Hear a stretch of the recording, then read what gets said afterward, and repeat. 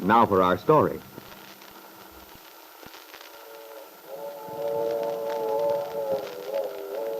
Lefty Larkin took out his watch, glanced at it, and restored it to his pocket. Aunt Mary, who sat in her favorite old rocking chair beside him on the porch at the Lane farmhouse, smiled affectionately. 7:15 on the dot. Are you listening? You know, I'm never sure whether you're checking the train or your watch. It's a little of both, I guess. And I might add, they're both amazingly accurate. Well, that's good. You know, Aunt Mary, I wouldn't trade these little sessions of ours out here on the porch for all the tea in China. I love them too, Lefty. Sometimes when I get a little disturbed in my mind, upset, everything smooths out after a while, just sitting here peacefully, talking things over. Mm-hmm. There's something about this time of day. Speaking of being disturbed, Ben Calvert stopped to talk to me while I was waiting for Peggy in front of the library. What did he have to say? The main thing seemed to be he wanted me to stop interfering in his business, was the way Ben put it. What do you mean by that? You don't interfere in anybody's business. He was referring to Bill Meade. I have had several little talks with Bill, you know. Yeah. And whatever I may think about Bill, I know you do what you believe should, regardless. I have to, Lefty. Anyway, that was on Ben's mind. He insisted I'd been talking Bill into reopening the case, trying to get custody of that son of his. But you haven't, have you? Why, no. That's been Bill's own idea entirely. The fact that I agree with him doesn't change it. Of course not. Well, what'd Ben say when you pointed that out? You know how Ben is. He gets so irritable when people disagree with him. Finally, I told him he ought to go up to Angus McKillop himself. I said Bill's attorney was certainly in a position to answer any questions Ben might have on his mind. And he ought to go straight to the source. You knew what you were doing when you made that suggestion. Ben and Angus. And what happened? Did he take you up on it? He said he intended to. Well, I hope he did. Angus will certainly put a few spokes in Ben's wheel. And Ben would probably make Angus so blazing mad he'd be bound to win the case. Of course, I know darn well that's what you had in mind when you sent Ben up there. Well, anyway, Ben went dashing across the square in a great hurry, headed in that general direction. So I presume that's where he wound up. I'd like to have listened in on that session of theirs. Now I bet it was a corker. Yes. I imagine Angus more than held his own. Well, I've put in my 2 cents worth more than once on the subject of Bill Meade. But this is one time I'm on his side. I mean when it comes to a choice between Ben Calvert and Bill. And for my money, there's no question. I'm happy you feel that way, Lefty. It's pretty much my own attitude. Not that I wish Ben any harm. But right is right and wrong is wrong. Yep. Well, I guess Lily ought to be arriving pretty soon. I rather expected a call today. Funny. I still can't make the connection. A girl like Lily Devon being willing to move to a quiet little place like Wakefield. Well, Lefty, you never know. Maybe this is what Lily's always wanted. Maybe it just happened her life went a different way. And then when she saw the opportunity to make the change, she decided... Could be, but it's hard to get used to the idea. I'm sorry Randy got so steamed up about it the other night, though. I didn't want to hurt his feelings. I was surprised he took what I said about her so much to heart. Well, you know how Randy is. So loyal where his friends are concerned. Sure, but that's what's so funny about it. Lily's no friend of his. Why, he only met her that weekend. They only talked a couple of times.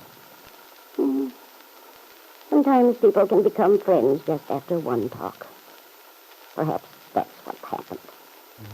Maybe so. Lefty, I have a feeling you don't feel much like talking tonight. Something on your mind? Mm-hmm. I might as well admit it. I've been thinking about Dell quite a lot since she was down here. Have you, Lefty? She came to see me one night, you know. Drove over from the hotel rather late. Yes, I know. Dell told me. Oh? You don't mind, do you? No, of course not, Aunt Mary. no secret about it. But it started me to thinking. I'm a funny guy, I guess. A lot of men don't mind hurting a woman who loves them. In fact, I think some men rather enjoy it. Puffs up their self-importance somehow. But I've never been like that. I'm sure you haven't. The way I've always looked at it, if you've ever been in love yourself, you know what it's like. You know how tough it can be for the person who's in the middle of it. So you try to protect them from being hurt any more than they have to be. Well, that's the way it should be. And that's the way I feel about Dell. I don't want to hurt her, Aunt Mary. Really, I don't. Dell's got a lot of fine qualities. I've never said she hadn't. In many ways, I've got a lot of respect for her. I certainly have. But when I found out she was coming down here, well, I know I sort of blew my top. And one reason was I began to foresee what would happen. I was pretty sure it'd make her more miserable, bring everything back. And yet you can't change your feelings about a person just by trying. It won't work. No. But sometimes our feelings change without our really being conscious of it. Maybe so sometimes. But as far as Dell and I are concerned, it's just no go. There's some things I've never told you, Aunt Mary. I couldn't. Something that happened in Chicago. It made a big difference to me in the way I felt about Dell. And no matter how I try, I just can't forget it. I could never trust Dell again.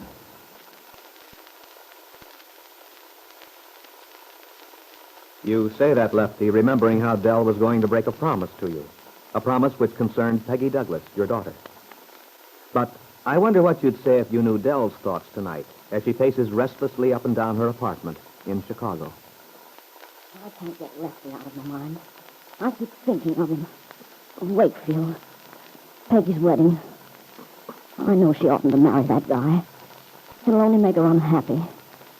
She's in love with Bill, and it's that baby who's keeping Peggy and Bill apart. Lisa's baby.